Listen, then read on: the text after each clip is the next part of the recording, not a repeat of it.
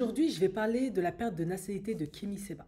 Alors, en tout cas, la supposée perte, etc., de cette nationalité qui est en cours, je ne sais très quoi qu'est-ce, qui serait d'ailleurs une mesure hors loi, etc.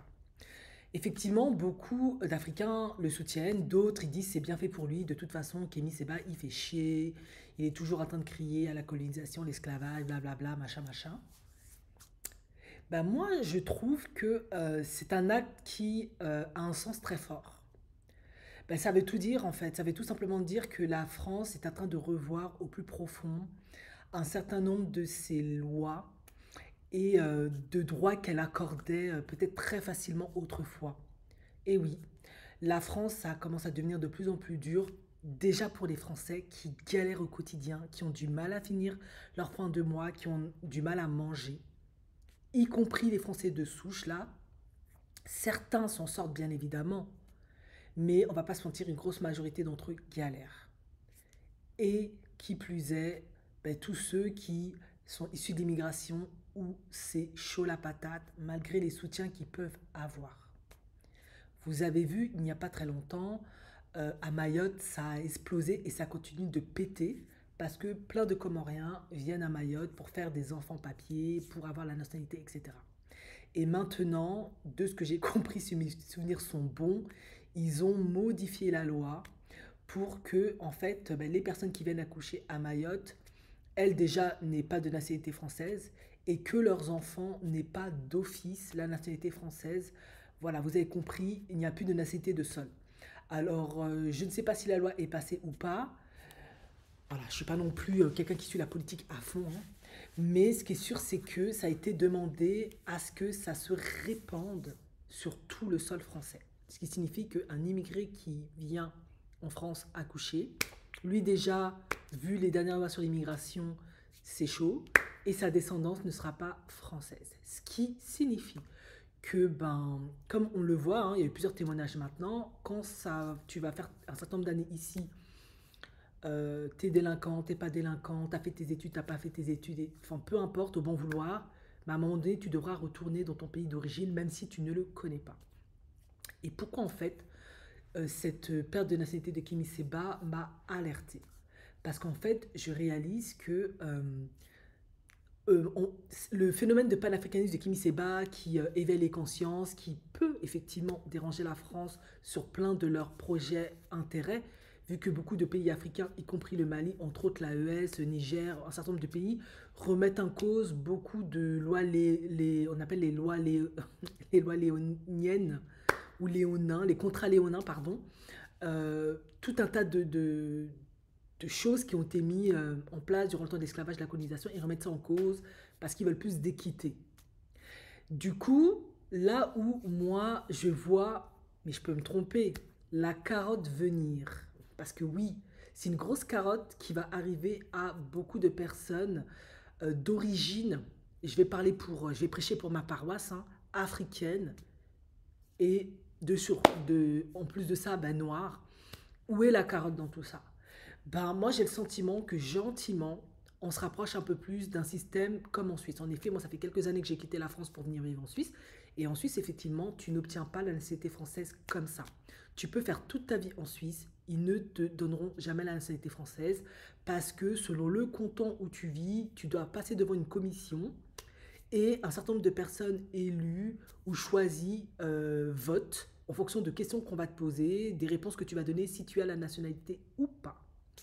Donc, comment tu fais pour vivre en Suisse? Tu vis avec des permis qu'on t'octroie en fonction d'un certain nombre de conditions. Si tu arrives ici, si tu as un permis B, c'est que tu as trouvé un employeur qui t'a embauché, qui t'a donné un contrat de travail.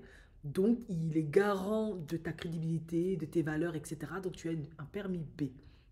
Maintenant, si tu trouves plus d'emploi, machin, machin, machin, ton permis B n'est plus renouvelé.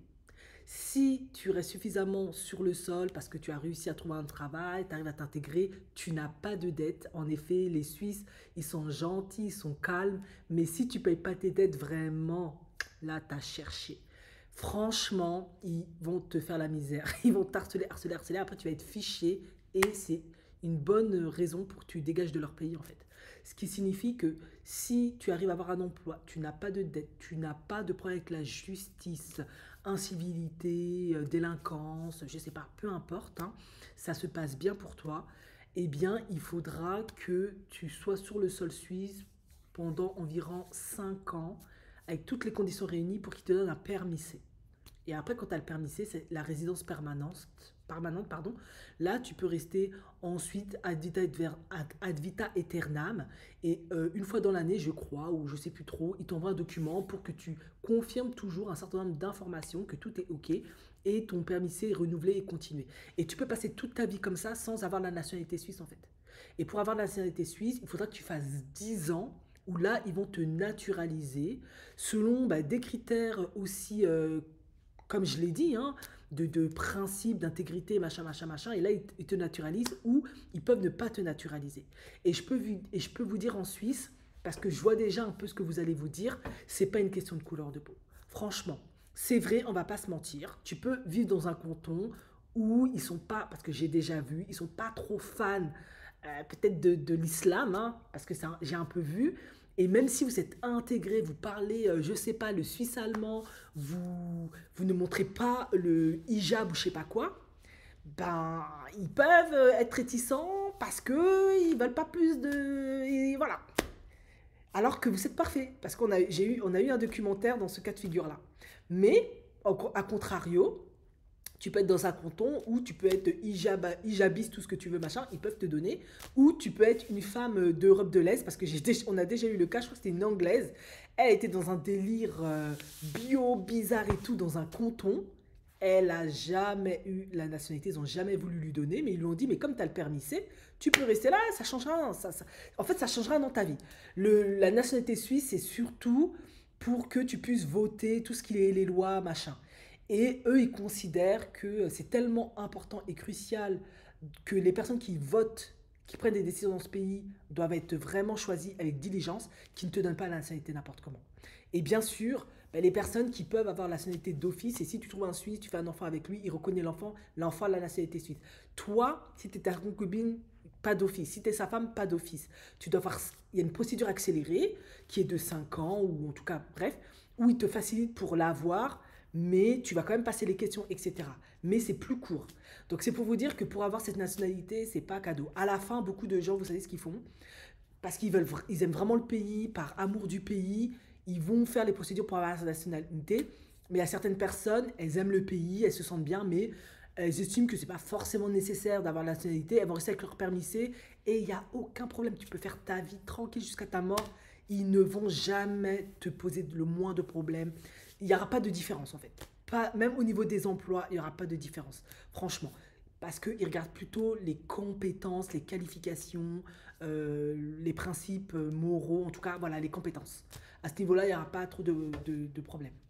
Ce qui signifie, pour revenir à notre sujet de la perte d'identité de Kémy Séba, moi j'ai la nette impression que la France se dirige gentiment vers ça.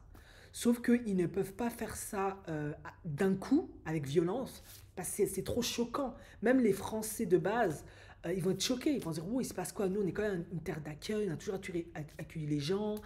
On est comme ça à la base. Et du coup, ça va trop choquer les gens. Donc, ils y vont petit à petit, progressivement, progressivement. Et moi, je trouve que Kémy Séba, c'est, on va dire, la cerise sur le gâteau. Enfin, la cerise sur le gâteau. C'est le premier exemple, en fait, on va dire. Voilà, pour moi, il est surtout à titre d'exemple. Du coup, je reviens à ce que je disais.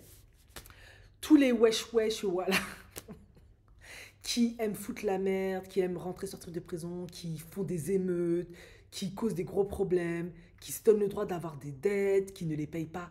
Tous ces trucs-là que je vous ai énumérés, qui sont délinquants, qui maltraitent les profs, tout ça, je sais qu'en Suisse, quand tu es comme ça, à un certain niveau, ils peuvent, si tu as la nationalité française, suisse, pardon, te la retirer, t'envoyer dans ton bled.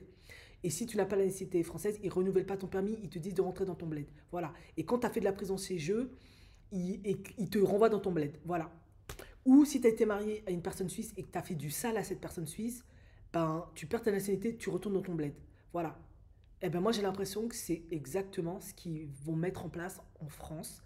Parce que de plus en plus, et là, moi, je n'aime pas faire semblant, hein, j'aime pas me victimiser pour rien, ça va pas. On le voit dans les ghettos avec les émeutes, Il y a des gens qui se permettent tout et n'importe quoi. Il y a des gens qui partent complètement en vrille. Les profs, certains se font taper dessus, maltraiter, abuser. Certains ici ne payent pas leurs dettes. Certains épousent des Français, etc. Et ensuite, ou des Françaises abusent d'eux, font n'importe quoi. Franchement, ça part en cacahuète en France. Du coup, effectivement, par pression de la droite, extrême droite, pardon, certains veulent que la nationalité française ne soit pas donnée d'office et soit retirée quand ça va pas. Et moi, je pense qu'en fait, ils tendent vers ça. Donc, c'est juste qu'ils vont petit à petit, pas à pas. Kémy Séba, c'est déjà voilà, l'exemple. Il y a eu l'imam, je ne me rappelle plus de son nom, qui a dit ce qu'il a dit. Ils l'ont renvoyé au bled. Voilà. Et il y a eu d'autres petits cas comme ça. Mais à votre avis, quand on n'est pas con, qu'est-ce qui va se passer avec le temps? Avec le temps, tout le monde sera logé à la même ancienne en fait. Faut pas rêver. Faut pas croire que la nationalité qu'on a acquis à notre naissance, eh bien, elle ne pourra pas nous être retirée. Ça, c'est complètement faux. Parce qu'aujourd'hui, la France est dans un contexte, on va dire, politico-historique compliqué. Et de plus en plus, s'ils ne peuvent pas en fait se soustraire aux obligations de l'Union européenne d'accueillir les immigrés, de ne pas faire de la discrimination, du racisme ou des choses comme ça, ils peuvent mettre au sein de leur pays un certain nombre de lois, d'exceptions pour, pour qu'en fait ça ne marche pas pour vous en fait. Du coup, qu'est-ce qu'il faut faire finalement? Kémy Séba, pour le coup, il a donné la solution. Toutes les personnes noires qui ont un pays d'origine, qui connaissent ce pays d'origine et qui ne connaissent pas ce pays d'origine, devraient essayer de demander déjà la binationalité. Déjà, ça c'est de un. Maintenant, si tu te dis, oui, moi je suis quelqu'un de bien, je ne me reproche de rien, je n'ai pas besoin, je te conseille quand même d'y songer parce que tu ne sais pas à l'avenir les lois qui vont se mettre en place. Et si des lois ils se mettent en place qui font qu'on peut déchoir des personnes de nationalité française mais qui ont une deuxième origine de cette nationalité-là, tu peux te faire piéger par quelqu'un ou dans la vie, on ne sait jamais, tu peux te trouver dans une situation où on peut te retirer ta nationalité en fait. Voilà. Du coup, moi, je pense qu'effectivement, il faudrait envisager d'avoir une deuxième nationalité et qui plus est, si possible, avoir. Après, je ne sais pas comment ça se fait. Lui, je sais que c'est parce qu'il a plein d'amis, il a dit à travers le monde, mais les personnes qui arrivent à trouver des solutions pour avoir des nationalités d'autres pays, européens ou autres, devraient aussi le faire. Clairement. Parce que c'est vrai, moi je suis entièrement d'accord avec lui sur ce point. C'est pas tellement lui qui est visé, c'est les personnes, on va dire, étrangères. Maintenant, lui, il est noir, mais c'est surtout les personnes étrangères. Et oui, si tu fais des dingueries dans notre pays ou tu vas pas dans notre sens, tu vas sauter comme. On va te retirer la nationalité comme Kesseba et tu devras retourner dans ton pays d'origine ou où tu veux. Bon, moi, je vous conseille à ce point-là, prenez nationalité africaine du Sud, ivoirienne, Côte d'Ivoire, c'est doux. Non, mais je ne sais pas si les Sénégalais vont vouloir vous accueillir, mais en tout cas, Sénégal aussi, c'est doux. Non, je plaisante, je taquine. Mais vous voyez ce que je veux dire, en fait. Donc, moi, c'est comme ça que je vois la chose. Et je ne suis pas très surprise parce que je vis en Suisse et en Suisse, il fonctionne assez comme ça, en fait. Et je ne vous cache pas qu'en Suisse, il fait très, très, très bon vivre parce que c'est vrai qu'aucun pays n'est parfait. Il y a toujours de la grosse ou petite délinquance, bien sûr. Mais par rapport en France, ce qui se passe en Suisse, c'est petit, hein. C'est petit, hein. Donc, non. La Suisse, c'est trop doux au niveau de la sécurité, de la tranquillité. Les gens ne te dérangent pas. Au niveau du comportement, il n'y a pas tellement d'incivilité ou très très peu. En tout cas, moi, j'en vois pas. Si tu vois, c'est donc certaines zones précises. Il faut vraiment aller là-bas pour les vivre. Mais dans les transports, partout, partout, tu n'en as pas. Tu n'as que quelques exceptions qui parfois arrivent, comme dans tous les pays. Mais leur système de loi, hein, je pense que c'est comme ça qu'on dit, ou de gérer leurs citoyens est tellement bien faite que tu te tiens à carreau en fait. Tu vas pas faire de dingueries parce que tu sais que si tu fais des dingueries, tu vas te faire dégager en fait. Donc les gens se tiennent relativement à carreau, essaient de ne pas faire trop de vagues, etc. De pas foutre trop la mer, de ne pas déranger trop les gens en fait. Tout simplement. Et moi je pense qu'ils essaient surtout de mettre de plus en plus ça en France parce que bien sûr chaque pays regarde ses voisins et réalise le système suisse est le système qui fonctionne le plus en fait. Qui fonctionne le plus et le mieux. tout simplement. Après, il y a bien sûr, il y a toujours, il y a du banditisme, des trucs comme ça, mais souvent, t'es même pas au courant. Ils mettent même pas dans les journaux, t'es même pas au courant. Donc, du coup, t'as l'impression en fait qu'il se passe rien. Mais parfois, ils mettent un peu plus, et c'est là où tu te trouves, non, il s'est passé ça, non, non, t'es choqué, non. Mais c'est pas comme en France. En France, moi, je suis désolée, ça va beaucoup trop loin. Parfois, moi, je suis profondément énervée. Parce que je me dis, ouais, mais ça pénalise tellement des personnes noires, des personnes étrangères. Non, franchement, ce qui se passe dans les ghettos, ça va beaucoup trop loin. Et à un moment donné, quand tu entends et tu vois des documentaires de citoyens qui vivent dans les banlieues, dans les ghettos, de leur peur, de leurs insécurités, de leurs voitures qui sont cramées, du fait qu'ils vivent dans des immeubles insalubres, qui ont été détériorés à l'école, mais à quelle heure tu frappes ta prof? Mais les pauvres femmes profs qui se font prendre des patates par des Mamadou et des Rachid, mais je ne vais pas parler d'eux parce que, bon, voilà, vous avez compris. Je peux pas me. Enfin, c'est pas que je peux pas parler d'eux, mais comme je ne sais pas les tenants aboutissants de ce qui se passe dans cette culture, j'aime pas, je peux pas trop me prononcer. Mais je connais plus ou moins un peu la culture africaine, donc je peux un peu. Voilà. Mais pour moi, c'est inadmissible. Ça part trop en vrille en France.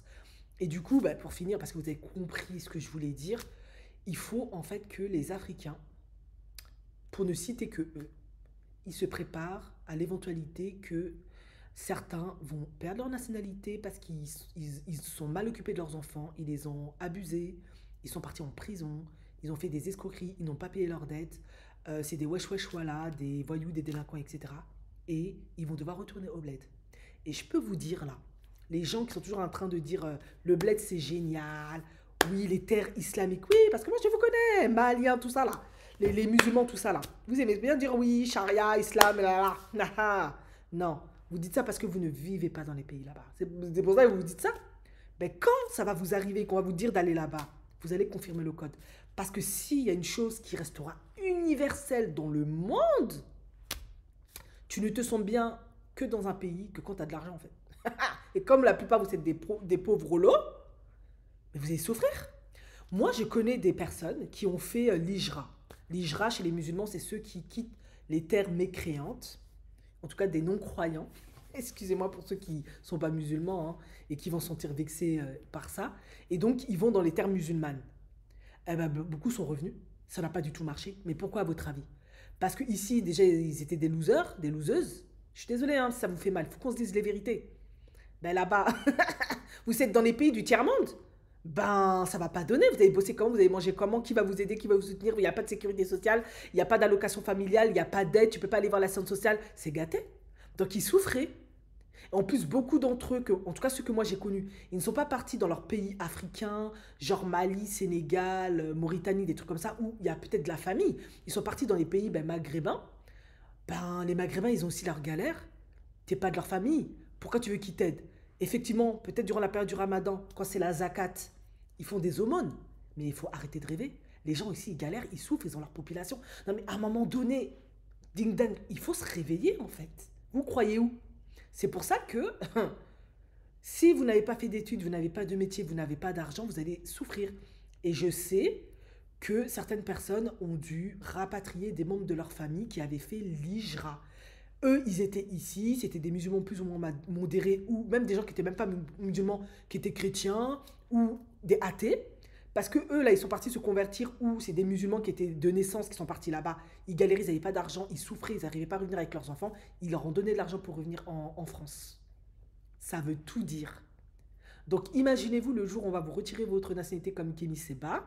Vous allez devoir retourner au Mali, au Sénégal, en Mauritanie, dans les pays du Maghreb, hein, éventuellement. Mais ceux qui n'ont pas l'argent, vous allez souffrir. Parce que les pays du tiers-monde, ceux pour qui ça fonctionne, c'est ceux qui ont l'argent. C'est ceux qui peuvent vivre sans dépendre des autres, sans mendier, sans galérer en fait. Déjà en France, c'est déjà un peu plus ou moins comme ça, mais il y a des aides en France. Et ça, c'est une réalité. Et je sais, moi, que c'est la première étape avant que maintenant on fasse passer les lois qui expliquent, qui justifient pourquoi on retire la nationalité aux gens. Et bien évidemment, les extrêmes gauchistes, ils vont faire crari. Non, mais c'est de l'injustice, c'est horrible, ça va contre les droits humains. Mais vous voyez qu'eux, ils sont pas contents? Bien sûr qu'ils sont contents. Est-ce qu'ils se sont levés quand on a envoyé la nationalité Est-ce qu'ils se sont levés pour protester contre la nationalité de Kémy Seba? Absolument pas. Donc, à votre avis, est-ce que quand ça va chauffer en France, ça va devenir l'horreur, ils vont se plaindre qu'on retire la nationalité à certaines personnes? Non, ils ne le feront pas. Donc, pour conclure, parce que j'ai expliqué ma vidéo, mais vous l'avez compris, je pense depuis le début, je voulais en venir, il faut envisager d'avoir une deuxième nationalité, d'avoir pas mal d'argent de côté éventuellement, des biens, etc. Le fait d'investir dans vos pays d'origine, c'est pas une mauvaise chose si vous pouvez, et essayer d'avoir des nationalités d'autres pays. En fait, ce qu'a fait Kémy Seba, pour le coup, si vous voulez pas l'écouter pour le panafricanisme, parce que ça, ça vous en bouge une sans bouger l'autre, eh bien, faites au moins ce que lui, il a fait. Avoir différentes nationalités, avoir quelque chose au pays, etc. Parce que ça va tomber. Moi, je sais que ça va arriver. Je sais déjà que ça va arriver, ce truc. Parce qu'ils en ont marre. Ça va beaucoup trop là en France. Et honnêtement, je ne veux pas faire la vendue. Vous pourrez penser ce que vous voulez. Mais honnêtement, est-ce qu'ils ont complètement tort de faire ça? À un moment donné, quand il y a des personnes qui sont complètement hors limite, qui partent en vrille, qui sont ingérables, ben, ça sert à rien de les laisser chez toi en fait. D'ailleurs, beaucoup de parents africains, maliens, sénégalais, ce que vous voulez, même ivoiriens, africains de centrale aussi, hein, j'avais déjà vu, ils faisaient ça à leurs enfants. Quand leurs enfants n'écoutaient pas, foutaient la merde, ils les envoyaient au bled. Et eux, maintenant, c'est eux qui vont vraiment le faire. Et oui, c'est juste que ça va venir petit à petit, petit à petit. Donc il faut se préparer, c'est tout. Faut vraiment arrêter d'être naïf. Il faut se préparer. Je pense que ça sert à rien d'aller dans des délires de ce sont des racistes et tout et tout. Ça n'a plus d'importance. Honnêtement, tout ça, ça n'a plus d'importance parce que de toute façon, les choses fonctionnent tellement plus que ça n'a plus d'importance. Il faut essayer maintenant de se familiariser à son pays d'origine ou à un pays peut-être qu'on aime bien dans l'Afrique ou ailleurs, si vous ne voulez pas retourner en Afrique, et essayer d'avoir la nationalité de ce pays-là, d'avoir de l'argent de côté, des trucs comme ça. Parce qu'un jour viendra où ils vont vider la France de tous les parasites, en fait. Tout simplement.